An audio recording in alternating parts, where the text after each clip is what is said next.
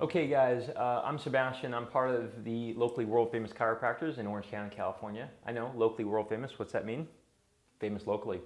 So I'm going to cover knee pain with exercise today for you guys, and how to address knee pain with exercise, how to solve knee pain with exercise, or at least be very well informed. I'm going to cover one exercise modification strategy today, and debunk a couple myths that you might have heard about why your knee hurts while doing exercise. And this could be various different types of exercise, but I'll first explain a little bit about the knee joint, and then we'll cover a video.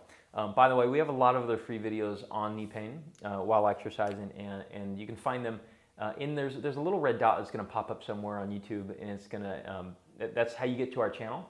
And there'll be a search function at the top of the search bar, and you can just put in knee pain exercise, something like that, and it'll pop up. Okay, we have probably 500 videos at this point, and tens and thousands of subscribers. So love if you'd subscribe and share. We do our best to give out the best free information we can. So the knee in particular it's called a hinge joint. Okay, the reason why this is important is because it really just goes like this. All right. And by the way, I apologize, no camera guide today, and so I'm gonna do my best to find the best camera angles for you to see what we're supposed to see. Excuse me. So the knee's a hinge joint. Okay, it likes forward, backwards. We all know that. There's a lot of range with that, but it doesn't really like a lot of rotation, and it doesn't like a lot of sideways bend. Okay, and what that looks like from say on me is there's a lot of this, completely normal. It doesn't have a lot of this. At least when you fix the femur, it doesn't have a lot of it, and it doesn't have a lot of the other direction, okay?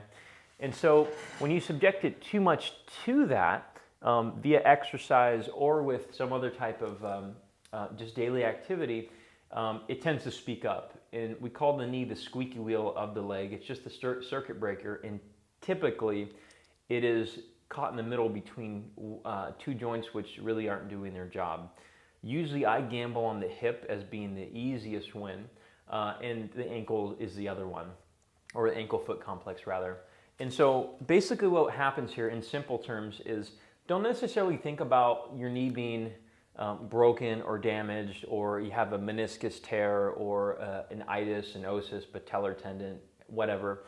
Like these all things certainly do exist, but what they are they're typically they're progressions of what can occur or what becomes sensitive when the knee has an intolerance of certain movement.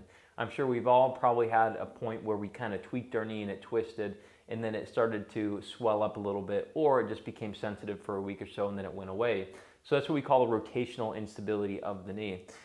So what we need to do usually in that case is we have to take away the rotation of the knee, take away the rotation, in order for it to heal itself. In that case, you might use something like a brace.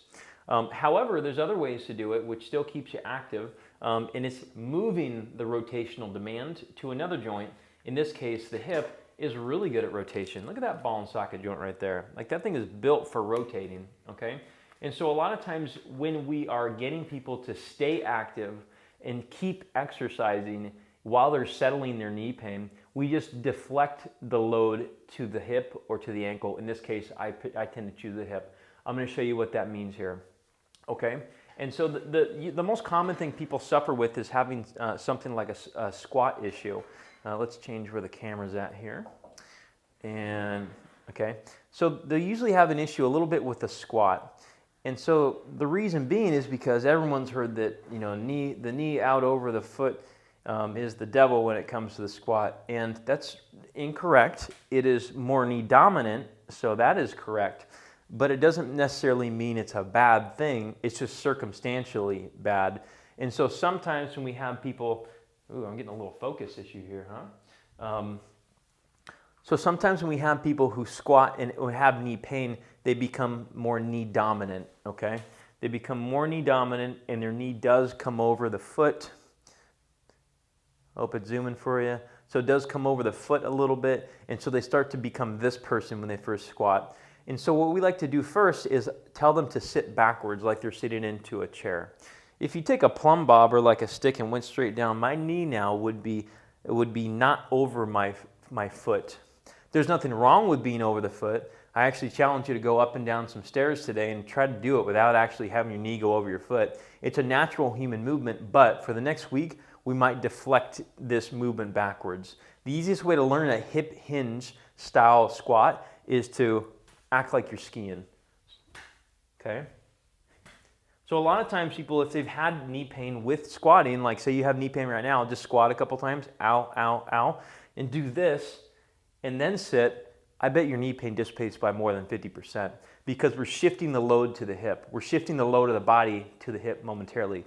Now you might wonder, what does this do with something like that rotational component that I said? Well, when people tend to get knee dominant, they tend to kind of buckle a little bit too. And so that rotation comes from the femur turning in. And so by getting us to put more load into the hip, especially the glute max, we're actually making it so the knees stay out a little bit more, okay? I tend to cue from the feet, but in this case, the example is going to be best shown like this, okay? So just practice with me. Sit back, sit back, sit back, sit back, sit back, and then eventually get a chair.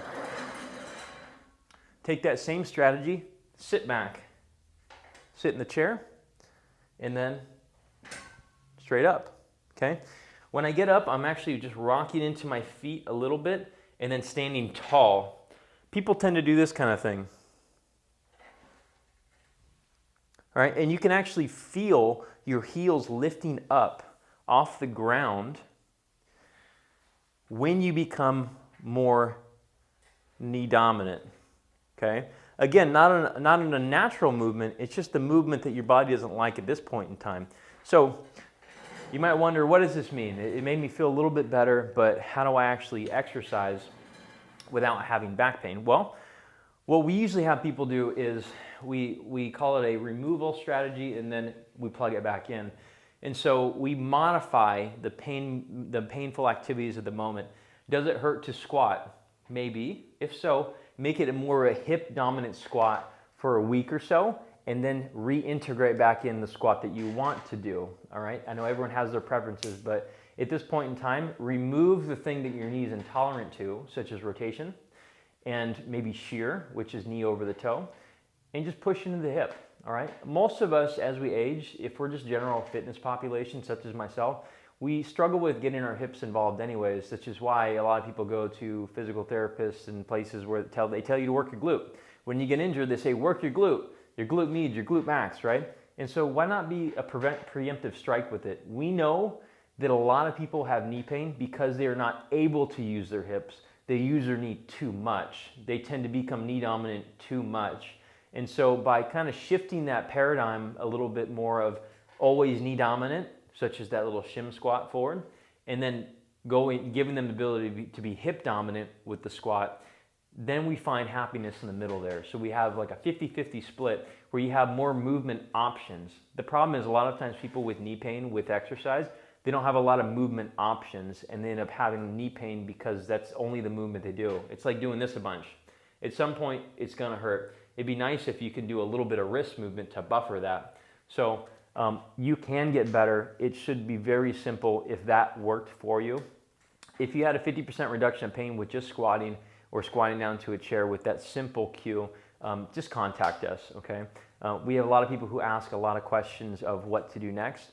Your options are simple. Number one, set up a session with us, okay? We do online as well as we are in person. We do a very good job, we're honest, we have all 5-star reviews.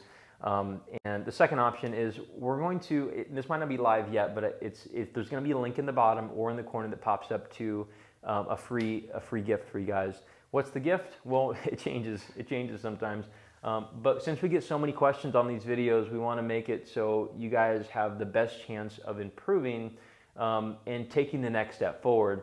And we don't have the time to answer all of the comments, and so we're going to do our best to automate this a little bit and get you guys to get the next step, what the next approach would be if we saw this type of person in our clinic. What would the next thing that you do? Well, get that, okay? Trust me, we're going to try to make these free so everybody can get them. There shouldn't be any excuse for anybody getting better anymore. People can get better. Whether you have arthritis, whether you have a past knee injury, whether you had a past ACL, whether you had a past MCL or meniscus or whatever, most of the time, a strong majority of the time, you can get better. It just comes down to, are you doing the right thing?